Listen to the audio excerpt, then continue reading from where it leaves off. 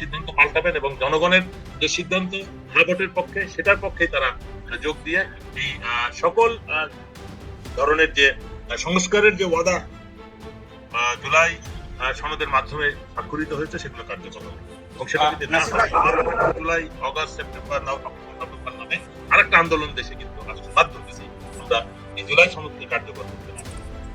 ওকে নাসির ভাই, আপনাকে আমি এই বিষয়টাই আমি স্পেসিফিক আপনার কাছে আসবো। আপনি যে কথাটা বলছেন ডিপ স্টেট সম্পর্কে, আমি মামুন ভাইয়ের কাছে এই কথাটা নিয়ে একটু আমি জিজ্ঞাসা করি।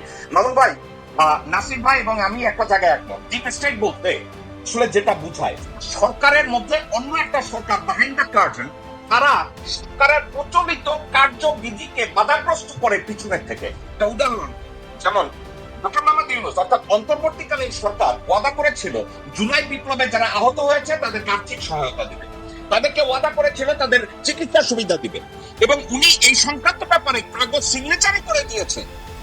ওই আর্থিক সাহায্য বা যে কোনো চিকিৎসা সুবিধা তাদেরকে ডেলিভার করা হয় না। তাহলে ডক্টর ইউনূস ছিলেন সরকার, কিন্তু তার পিছনে ডিপ স্টেট তার এই আদেশগুলোকে এক্সিকিউট করতে দেয় না। যারা দেয় না তারা হচ্ছে ডিপ স্টেট।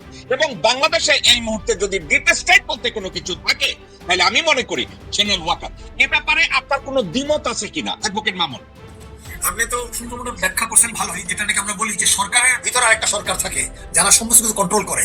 আর আমাদের দেশের ডিপ স্টেট হলো দিল্লি নিয়ন্ত্রিত এই যে যারা আছে, বিশেষ করে ওয়াকার, হাসিনা প্রেতাত্মা, এখনো তারাই কন্ট্রোল করতেছে আমি মনে করি। সেখানে বর্তমান সরকার তারেক রহমান সাহেব আসছেন ক্ষমতায়, আমরা দেখি কিন্তু deep state still they are very active.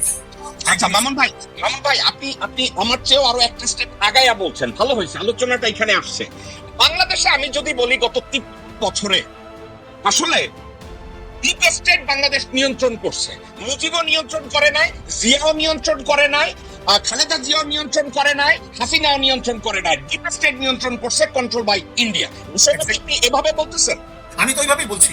আমরা প্রত্যেকটা স্টেজে এসে এসে এসে যত দিন গেছে, যেই সরকার গেছে, একটু একটু একটু করে করে সর্বশেষ যেটা চেয়েছিল, যদি এই জুলাই অগাস্ট গণঅভ্যুত্থান যদি বিপ্লব না হতো আর 3 মাস হলে বোধহয় এটাকে সিক্কিম বানায় ফেলতো। এটা একদিনও হয় নাই, ধীরে ধীরে ধীরে গেছে। তো দে আর স্টিল অ্যাক্টিভ। ওকে মামুন ভাই, আপনি চমৎকার বলছেন। আমি নাসির ভাইকে এই প্রশ্নটা করবো। নাসির ভাই, আপনি আমার আর মামুন ভাইয়ের কথোপকথন আপনি শুনেছেন। আপনি কি মামুন ভাইয়ের আর আমার কেন যেন মনে হয় গত 54 বছর ডিপ স্টেট দ্বারাই বাংলাদেশ চলছে? আমাদের সরকারি আমলা যারা, তারা মূলত দিল্লির নিয়োজিত অথবা দিল্লি কর্তৃক নিয়ন্ত্রিত, তারাই ডিপ স্টেট। আমার আর মামুন ভাইয়ের কথাটাকে আপনি কিভাবে মূল্যায়ন করবেন নাসির ভাই? এটা তো আপনার স্বাধীনতার সময় ইয়েতে যেটা আপনার চুক্তি হয়েছিল প্রথম ভারতের সাথে, যেটা দেশ চুক্তি সই করার সাথে সাথে তাজউদ্দিন সাহেব অজ্ঞান হয়ে গেছে, সেটাই তো আসলে প্রেসিডেন্ট সাহেব। এখন ওই পরিস্থিতি থেকেই কিন্তু শুরু হয়েছে আমাদের উপরে শাসনটা, এবং যেটা নিয়ম আদেশ ছিল যে বাংলাদেশের ইয়ে চালাবে, সচিবালয় চালাবে ভারতের থেকে কর্মকর্তারা এসে, যদিও তারা বাস্তবে এসে টিকতে পারে নাই, বাট তারপরের থেকে গ্র্যাজুয়ালি তারা পুরো সিস্টেমটাকে তাদের কন্ট্রোলে নিয়ে গেছে। এবং যেটার শেষ পর্যায়ে ছিল ডিজিএফআই তে তাদের অফিস, যেটা এখন ওয়েল রিকগনাইজ, যদিও এটা আগে কথোপকথনের মধ্যে ছিল, আলাপের মধ্যে ছিল, বাট এটা এখন মোটামুটি প্রমাণিত সত্য যে সশস্ত্র বাহিনীতেও ব্যাপকভাবে সেটা এটাই ডিপ স্টেটের কার্যকলাপকে সম্পূর্ণ রূপ ধারণ করতে সাহায্য করছে বলে এবং সেটাই কিন্তু এই নির্বাচনের রেজাল্টটা আকস্মিক ভাবে এবং দ্রুত একটা তাদের নিয়ন্ত্রণে নিতে সাহায্য করছে। বিকজ পুলিশ প্রশাসন, আপনার সিভিল অফিসার্স এবং নাসির ভাই, আমি ওখানে আসতেছি, নির্বাচন প্রসঙ্গটা আমি আপনার কাছে আসবো। আমি মামুন ভাই চারটা শেষ করে মামুন ভাই, আমি যেটা বলতে চাচ্ছি, একটা জিনিস খেয়াল করতে হবে যে পাকিস্তানের সাথে আমরা ছিলাম 23 বছর প্লাস, জি তাই তো? মানে এখন আর আমরা কিন্তু এই দুঃশাসনের মধ্যে যদি আমি 7 সাল থেকে ধরি, তাহলে 20 বছর পরে, মানে তারেক রহমান ক্ষমতা গ্রহণ করছে 20 বছর, তো অলমোস্ট মানে এই দুঃশাসনের মধ্যে কিন্তু জনগণ কাটিয়েছে এই বাংলাদেশে। এই বিষয়টা কিন্তু এখন সবাই আশা করছিল যে এটা ভালো কিছু হবে। অনেক সাফারিং হয়েছে। আমি যদি বলি পাকিস্তানের সময় আমরা সাফার করেছি, তারপরে গত 2007 সাল থেকে এই 24 আগস্ট পর্যন্ত একটা সময় ছিল যেটা মানুষের আশা পূরণ হয়নি। কোন শাসন ব্যবস্থা, দুর্নীতি, অপশাসন সবকিছু মিলে মানে জনগণের উপরে একটা স্টিম রোলার চলেছে। গণতন্ত্র প্রতিষ্ঠার বারবার চেষ্টা হয়েছে কিন্তু ব্যর্থ হয়েছে। এই বিষয়টা নাসির ভাই, পাকিস্তান পূর্ব পাকিস্তানের উপরে অর্থাৎ আমাদের বাংলাদেশের উপরে তাদের নিয়ন্ত্রণ ছিল 23 বছর। এই 23 বছরে আমরা কি বলতে পারি যে আমাদের ডিপ স্টেটটা ওই 23 বছর ধীরে ধীরে তারা তৈরি করে সফল হয়েছে 1971 সালের 16 ডিসেম্বর?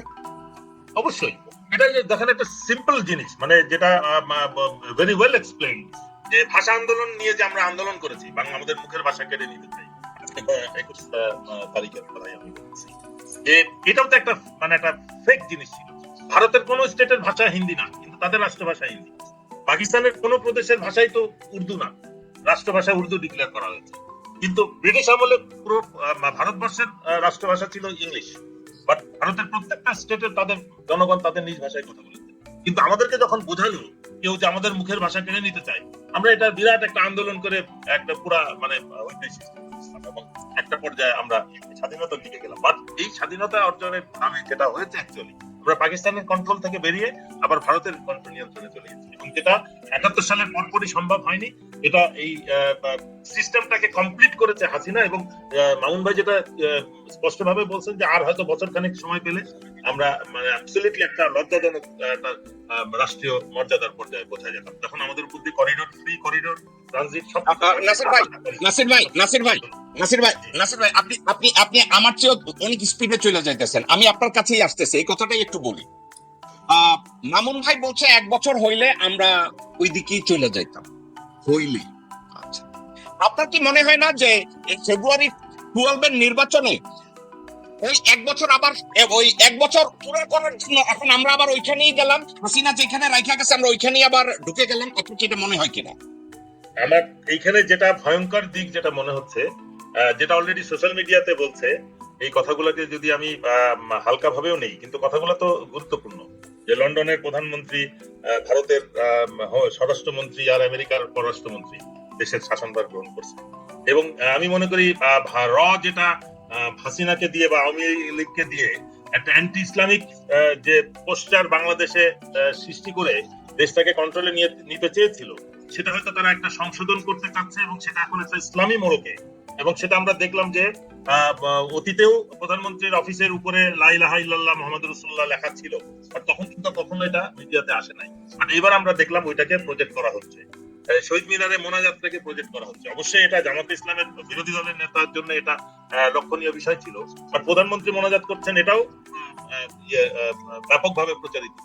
এবং এই যে লা ইলাহা ইল্লাল্লাহ নিয়ে সব মিডিয়াতে একই রকম প্রচার, এটাকেই বোঝা যাচ্ছে যে এটাকে একটা ন্যারেটিভ দেওয়া হচ্ছে, এবং এই ইসলামী ভাবধারার একটা কোটেশনের মধ্যেই কিন্তু আবার ওই হাসিনার ওই শাসনটাই একটা সুগার কোটেড শাসন আবার হয়তো দেশে ফেরত আসার একটা লক্ষণ আমরা দেখছি। এবং এটাই এই যে হা ভোটকে স্বীকার না করা, এবং দুইটা শপথ না নেওয়া, এবং কিসের জুলাই বিপ্লব কোনো কথা নাই, এই ধরনের বক্তব্য প্রদান কিন্তু আমাদেরকে চিন্তিত করছে। এবং জনগণ কিন্তু বসে নাই, তারা চোখ কান বন্ধ করে নাই, তাদের চোখ কান খোলা, তারা আবার সজাগ হয়ে গেছে। রাস্তাঘাটে এখন এই যে সব চাঁদাবাজদের ধরতেছে, আইন শৃঙ্খলা বাহিনী না কিছু বললেও কিন্তু পাবলিক এখন এটাকে ফেস করতেছে, জানে যে এটা আইন শৃঙ্খলা বাহিনী কিছু বলবে না, তারা এখন সরকারের দলের হয়তো পক্ষ নিয়ে কাজ করতেছে। সুতরাং জনগণ তাদের নিজের নিরাপত্তা নিশ্চিত করতেছে। এবং যেটা যে অ্যাপ বিরোধী দল থেকে আনা হচ্ছে যে প্রত্যেকে তাদের চাঁদাবাজির রিপোর্ট দিবে, এই জিনিসটা যদি বিরোধী দল তাদের কমিটমেন্ট রাখে, এবং আমি নিশ্চিত ওনারা এই ব্যাপারে যথেষ্ট সচেতন। বাংলাদেশের ইতিহাসে এরকম সুশিক্ষিত এবং শক্ত নীতিবান বিরোধী দল বাংলাদেশে আসে নাই কখনো। প্রেসিডেন্ট জিয়ার সময় একটা স্বল্প সময়ের জন্য ছিল, ভেরি এফিশিয়েন্ট, বাট ওনার ইন্তেকালের পরে বাংলাদেশ আমরা খুব দুর্ভাগা দেশ ছিলাম, যে সবসময় লুটে পেটে মানে সরকারি দল বিরোধী দল মিলেই লুটে পেটে দেশ খাইছে।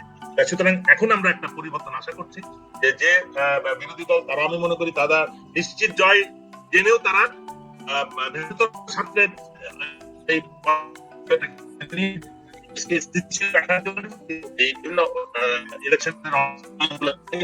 নাসির ভাই আপনার কথা আমরা শুনতে পাচ্ছি না, নাসির ভাই আপনার কথা আমরা শুনতে পাচ্ছি না, আপনার কথা আমরা শুনতে পাচ্ছি না। মামুন ভাই আমি আপনার কাছে আসি, আর নাসির ভাই বাংলাদেশের ইতিহাসের সবথেকে নাসির ভাই আপনার কথা আমি কি বলবো, ভেরি ওয়েল, যে এখন এসেছে সরকারে। নাসির ভাই আপনার কথা আমরা কিন্তু এখন শোনা যায়? জি এখন শোনা যাচ্ছে। আমি বলতে চাচ্ছি যে বিরোধী দল এখন সরকারে আছে, এইটা বাংলাদেশের ইতিহাসে স্বল্প সময়ের জন্য প্রেসিডেন্ট জিয়ার সময়ের যে শাসন ব্যবস্থা ওই সময়ে কোনো ইয়ে ছিল না, বিরোধী দল ছিল না ওইরকম। বাট বর্তমানে আমি মনে করি সব থেকে সুস্থ এবং জনগণের নির্বাচিত যাদের উচিত ছিল হয়তো ক্ষমতা নেওয়া, বাট যে কারণেই হোক তারা পরাজয়টা মেনে নিয়ে দেশের স্থিতিশীলতা এবং শান্তি শৃঙ্খলার স্বার্থে তারা বিরোধী দল হতে রাজি হয়েছে। তারা প্যারালাল শ্যাডো গভর্নমেন্ট চালু করবে, পরিচালনা করবে এবং সরকারের কার্যক্রমকে নজরদারিতে রাখবে, রাখা শুরু করে তাদের। এই বিষয়টা আমার কাছে খুব পজিটিভ মনে করতে, এটা চালু নাসির ভাই আমি সহজ হবে। ওকে ওকে ঠিক আছে, আপনার কাছে আমি ব্যাক করবো। নাসির ভাই, মামুন ভাই আপনাকে একটা কথাটা আমি একটু ঠান্ডা মাথায় বলি। নাসির ভাই একটা কথা বলেছে, আপনি শুনেছেন কথাটা, বলেছে যে সোশ্যাল মিডিয়ায় নাকি বলছে আমেরিকার পররাষ্ট্রমন্ত্রী, ব্রিটিশ প্রধানমন্ত্রী এবং ভারতের ভারতের স্বরাষ্ট্রমন্ত্রী বাংলাদেশের শাসনভার গ্রহণ করেছে। আমি সোশ্যাল মিডিয়া যারা কথা বলে, হয় আমি তাদেরকে বলবো তারা ইনক্যাপাবল অথবা ইমপ্রেগনেটিক, অথবা তারা বোকার সরকে বাস করে। বাংলাদেশের শাসন ক্ষমতা মূলত নিয়ন্ত্রণে নিয়েছে মোদি, অমিত শাহ এবং জয়শঙ্কর। এখানে ব্রিটিশ প্রধানমন্ত্রীও নিয়ন্ত্রণ নেয় নাই এবং আমেরিকাও নেয় নাই, আমেরিকার পররাষ্ট্রমন্ত্রীও নেয় নাই, কিন্তু তাদের নাম দুইটা যোগ করা হয়েছে কেন? ওই যে আমরা বাংলাদেশিরা ফুটবল খেলতে নামি চ্যাম্পিয়ন হওয়ার জন্য না, আমরা ফুটবল খেলতে নামি রানার আপ হওয়ার জন্য, আমরা মাইনে নেই। এখন আমি এই কথাটা কেন বলছি, আপনি জানেন পশ্চিমা বিশ্বে ভণ্ডামি শুরু হয়েছে, এটা ব্যাখ্যা করতে গিয়ে ডেল কার্নেগি একটা কথা বলছিল যে জিনিসটা আমরা লোকজনের চোখের সামনে করে শুরু করি তাদের আসল চরিত্র না, কারণ আমরা লোকজনের সামনে যেটা করি পর্দার আড়ালে আমরা ওটা ধারে কাছেও যাই না। তারেক রহমান হঠাৎ করে ঘরে বসে নামাজ পড়ে না, আল্লাহ খোদার নামও নেয় না, তারে যদি কলেমায় তাওহীদ তামজিদ পড়তে বলা হয় সে বলতে পারবে না। আমি বেট করে বলি সে দোয়া কুনুত জানে না, আত্মাহিয়াত জানে না। তারেক রহমান সে যদি এখন হঠাৎ কইরা 21শে ফেব্রুয়ারি পালন করতে গিয়া মোনাজাত শুরু কইরা দেয়, যে 2 দিন আগে বলছে যে বাংলাদেশে মৌলবাদ এবং জঙ্গিদের ধ্বনি শুনতে পাচ্ছে, বিষয়টাকে কি এভাবে দেখেন যে এখন হঠাৎ করে তার অফিসে লাইলাহা লাগায় দিচ্ছে? মানে বিষয়টাকে আপনি কিভাবে দেখেন? আমার এই ব্যাখ্যাটাকে আপনি কিভাবে মূল্যায়ন করেন? কি বলবো? হ্যাঁ, এখন ব্যাপারটা হচ্ছে যে অনেকভাবে ষড়যন্ত্র হচ্ছে আমাদের এখানে, কখনো ধর্ম নিয়ে, কখনো সিকুলারিজম নাম নিয়ে, কখনো সমাজতন্ত্রের নাম নিয়ে। আচ্ছা দেখেন 72-এ যখন নাকি বিরোধী দল হলো আর শেখ মুজিবকে ক্ষমতায় বসাইছিল, তো একটা পাতানো খেলা হলো না? বিরোধী দল হলো, জেনারেল ওবানের নেতৃত্বে জাসদ হলো, তারা মুক্তিযুদ্ধে ফেরত তরুণ যুবকদের মাথায় বোঝানো হলো সমাজতন্ত্র হবে। তখন তারা সমাজের স্লোগান দিল, ওরা মনে করলো এটা বোধ হয় সমাজতান্ত্রিক সরকার করতে বাধ্য করবো। আবার কি করলো, মানুষজন বুঝে গেছে যে এখন ভারত বিরোধী সেন্টিমেন্ট, ওরাই কিন্তু ভারত বিরোধী কথা বলা শুরু করলো। কিন্তু পরবর্তীতে জাসদের ছেলেরা বুঝতে পারছে যে মেজর জলিল এবং সহ তাদের সামনে রেখে জেনারেল ওবানের নেতৃত্বের যে প্ল্যানটা হয়েছে, একদিকে ভারত বিরোধী কথা বলাইছে, সমস্ত কথা বলছে, তাদেরকে রাস্তায় নামাইছে, আরেকদিকে রক্ষী বাহিনী দিয়ে ওদেরকে সাফ করে দিছে। ঠিক তেমনি মুক্তিযুদ্ধের মধ্যে দিয়ে আবার মারামারি করে মুক্তিযুদ্ধ সাফ করাই দিছে। তো এই যে এইবার আপনারা দেখেন, আমি অনেক আগে বলছিলাম যে এরশাদ সাহেব যখন স্ট্যান্ড নিল রাষ্ট্রভাষা, মানে রাষ্ট্রধর্ম ইসলাম, তখন আমি একটা পড়ছিলাম, ইন্ডিয়ার একটা পত্রিকা আসলো, তখন ওই যে বেঞ্চ থেকে বলা হলো, না ওই যে বিরোধী দল বলা হলো যে পার্শ্ববর্তী দেশে তারা রাষ্ট্রধর্ম ইসলাম করছে, তখন বেঞ্চ থেকে সরকারি দল থেকে কংগ্রেসে বলা হলো যে এটা আমাদেরই পরামর্শ করছে। তো কাজে এখন এরশাদ হলো কন্টেন্ট এজেন্ট অফ র, সে যখন নাকি রাষ্ট্রধর্ম ইসলাম করে আমাদের এটা বুঝতে হবে উদ্দেশ্য সঠিক না। এখন আমাদের বুঝতে হয়েছে জামাত ইসলাম যেই অর্থে হোক না কেন, আমি রাজনৈতিক ভাবে আওয়ামী লীগ, বিএনপি, জাতীয় পার্টি কোনোটাই করে না, তবে এর মধ্যে ভালো লোক যেই থাকুক না কেন সকলেই রাজনীতি করার অধিকার আছে, এটা আমি জানি। এখন প্রশ্ন হচ্ছে যে আজকে ভারতের বিরুদ্ধে যেইভাবে বলা উচিত ছিল যে যারা এখন যে 11 দল আপনার জামাতের নেতৃত্বে আছে, তারা কিন্তু এই ব্যাপারে তেমন কোনো সক্রিয় হচ্ছে না ভারতের বিরুদ্ধে। ব্যাপারটা কি দাঁড়াইলো? ক্ষমতাটা প্রধান, মন্ত্রিত্ব এমপিটা প্রধান, না রাজনীতিটা প্রধান? তো এইখানে মামুন ভাই হ্যাঁ, আমি কথাটাকে অন্যদিকে নিতে চাই না বলে আবার আপনার আমি থামাইছি। সাবজেক্টটা কি এইরকম কিনা যে একদিকে ইসলামিস্টদের খুশি করা রাখলো যে আমাদের তারেক রহমান সাহেব মোনাজাত করতেছে, অফিসে লাইলাহা লাগাই দিছে, কিন্তু আদানির পয়সা দেওয়ার জন্য ইকবাল হোসেন টুকুরে জ্বালানি মন্ত্রী বানায় দিছে। ইকবাল হোসেন টুকুকে হাসিনা ভারতে ঢুকাইবে আর সাজা নিয়ে গেছে, এবং হঠাৎ করে টুকু দেশ থেকে পালায় গেল। পালায় কোথায় গেল? ভারতে গেল।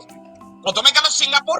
সিঙ্গাপুর থেকে আদানির সাথে, রয়্যাল লোকজনের সাথে আলাপ আলোচনা করে বলা হলো তোমাকে এই শর্তে আবার দেশে ফেরত দেওয়া হবে। কার সাহায্যে? ওয়াটারের সাহায্যে, ডিপ স্টেটের সাহায্যে তোমাকে দেশে নেওয়া হবে।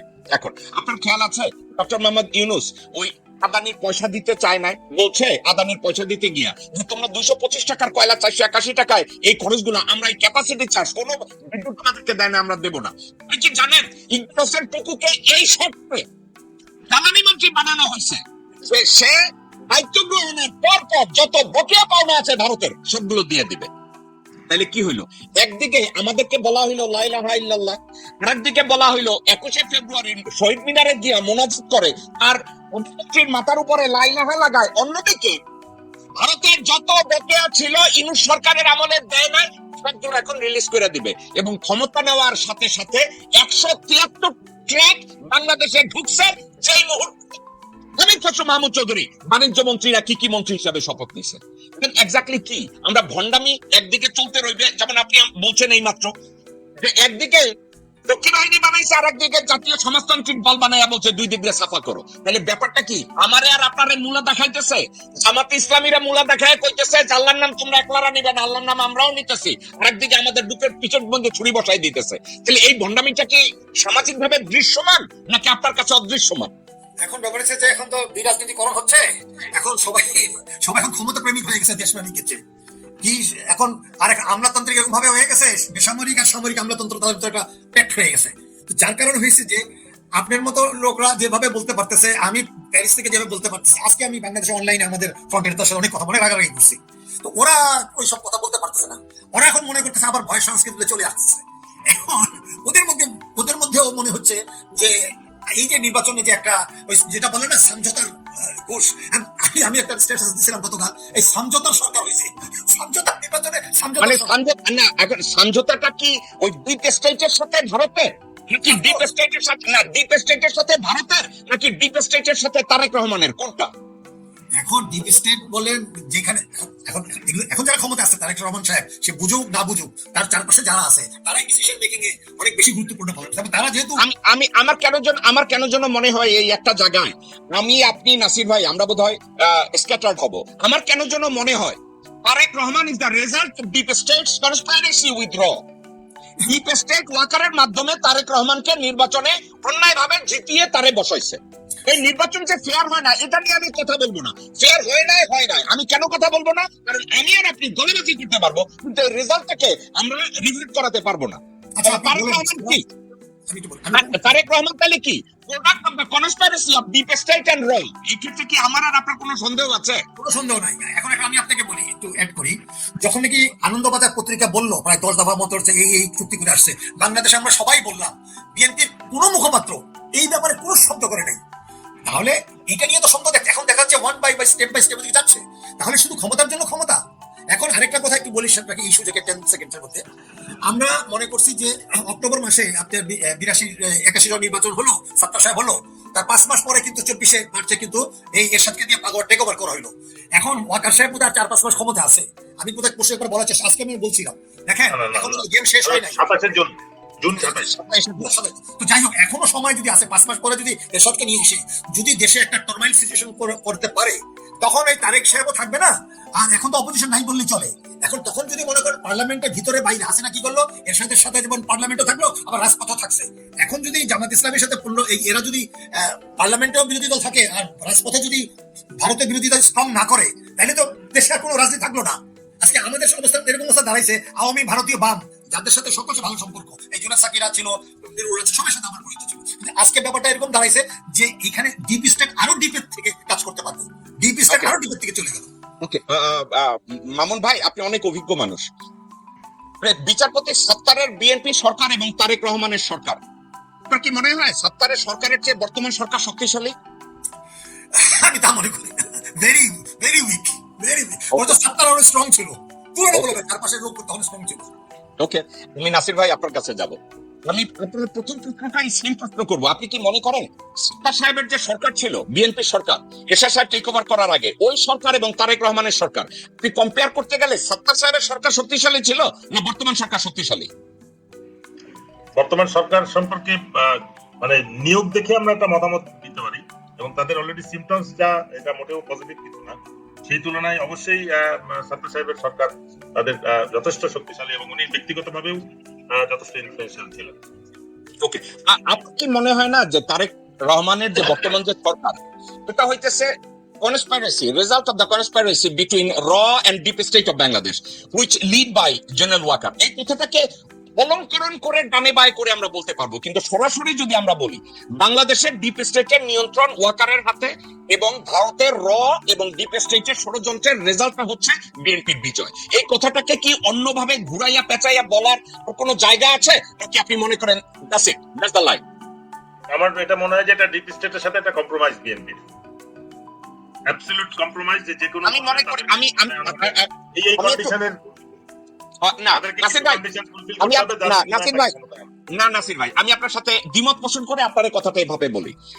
রয়ের সাথে ডিপ স্টেটের যে সমঝোতা হয়েছে, সমঝোতা হওয়ার পরে তারেক রহমান এবং বিএনপির নেতাদের সামনে একটা কাগজ ছুঁড়া বলা হয়েছে যে would you take it or not, এবং বিএনপি বলছে আমরা নেব। এটা কোনো সমঝোতা না, বিএনপিরে বলা হয়েছে would you take it or leave it. যেভাবে খালেদা জিয়ার কাছে মঈনুদ্দিন বলছিল যে ম্যাডাম ভারত এইটা চাই, আপনি সরকার গঠন করবেন। বেগম জিয়ার হেডাম ছিল না বলার, তারেক রহমান রে হেডাম থাকলেও আমি খসরু মাহমুদ, আব্দুল্লাহ আল মিন্টু, সামাও বায়েদ, সালাউদ্দিন, ইকবাল হোসেন টুকু, এরা তারেক রহমান রে বলছে নাবাল্য পোলা যেইটা দিছে তুই এইটা লই আলি, সরকার আমরা চালা মনে। তারেক রহমান কইছে আলহামদুলিল্লাহ, মনোজাত করি। কারণ ঘরে বসে মোনাজাত করছে, ওইটা কেউ দেখে নাই, কয়েক মিনিটের রহিনে যায় মোনাজাত করছে। আমি যদি ভুল হয় আমার একটু কারেক্ট করে আপনার মন্তব্যটা আপনি করেন। না ঠিক আছে, মানে না ভাই, আমি আপনার কথাটা শুনতে চাচ্ছি, এটা আমার মতামত। আপনি মনে করেন আমি দর্শক, আমি এটা বলছি। এমন হইতে পারে যেটা আপনার মনের ভিতরে অন্য একটা আছে, আমি ভুল হইতে পারি, আমার একটু কারেক্ট করেন। না না, আমরা ইলেকশনের নির্বাচনের দিন আমি 12 তারিখের ঘটনাটাকে যদি রিকালেক্ট করি, বাংলাদেশের ইতিহাসে এই ডিজিটাল বাংলাদেশে যেখানে সেকেন্ডের মধ্যে বাংলাদেশের প্রত্যন্ত অঞ্চলের থেকে তথ্য চলে আসে, সেখানে আমরা ইলেকশনের রেজাল্টটা যেভাবে দেখলাম, যেভাবে ব্ল্যাক আউট করা হলো, যেভাবে নির্লজ্জভাবে ইলেকশন কমিশন কাজটা করলো, রেজাল্টটা পাবলিশ করলো, এবং ব্যাপকভাবে কমপ্লেন আসা সত্ত্বেও তারা গেজেট পাবলিশ করে দিল, বিষয়টা যাতে এটা আদালতে চলে যায়, মানে পুরো। এবং এই শপথ কার্যক্রমটাও দ্রুততার সাথে হয়েছে। 2008 সালের সরকার শেখ হাসিনা গঠন করার কিন্তু 7 দিন বা 8 দিন পরে শপথটা হয়েছে। এখানে কিন্তু আমরা দেখলাম অত্যন্ত দ্রুততার সাথে, মানে পরের রাত্রে গেজেট, একদিন পরে শপথ, ফল সবকিছু, এবং যাই কিছু হচ্ছে, যেটা মানে জুলাই আন্দোলনের যে ইয়েটা ছিল, আকাঙ্ক্ষাটা ছিল জনগণের, সেটার বিপক্ষে কাজটা হচ্ছে। মানে কোনো কিছুই কিন্তু জুলাই আন্দোলনের পক্ষে না, বা ওইটাকে আমাদের পজিটিভ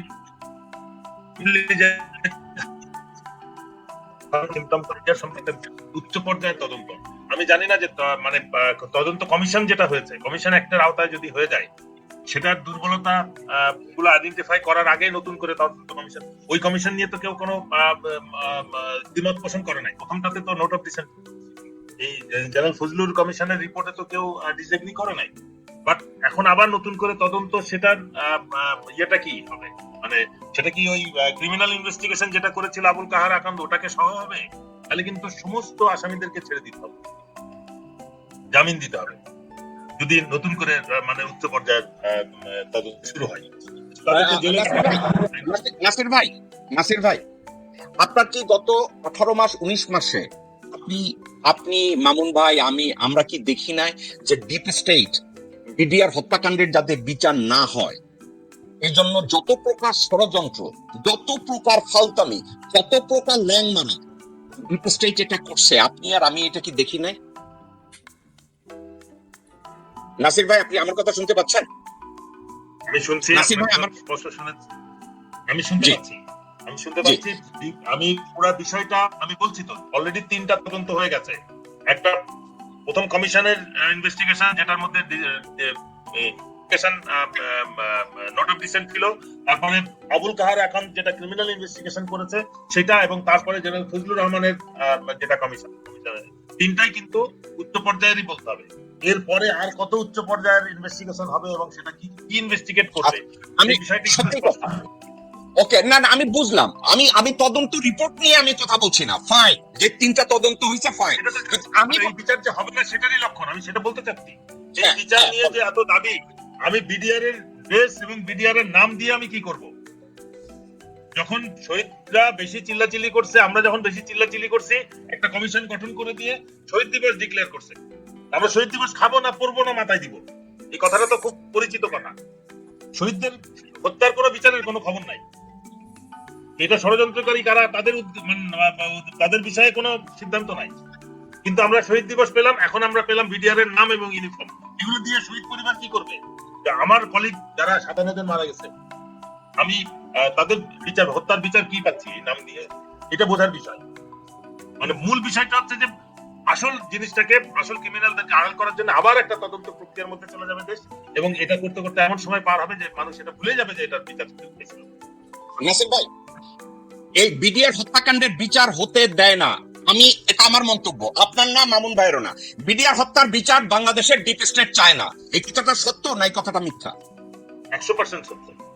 ওকে, তাইলে ডিপ স্টেট যদি তারেক রহমানকেই ক্ষমতায় বসায়, তাহলে তারেক রহমান বিডিআর হত্যার বিচার করবে এর কোনো কারণ আছে? যারা তারে ক্ষমতায় বসাইছে সে তাদের বিরুদ্ধে বিচার করবে?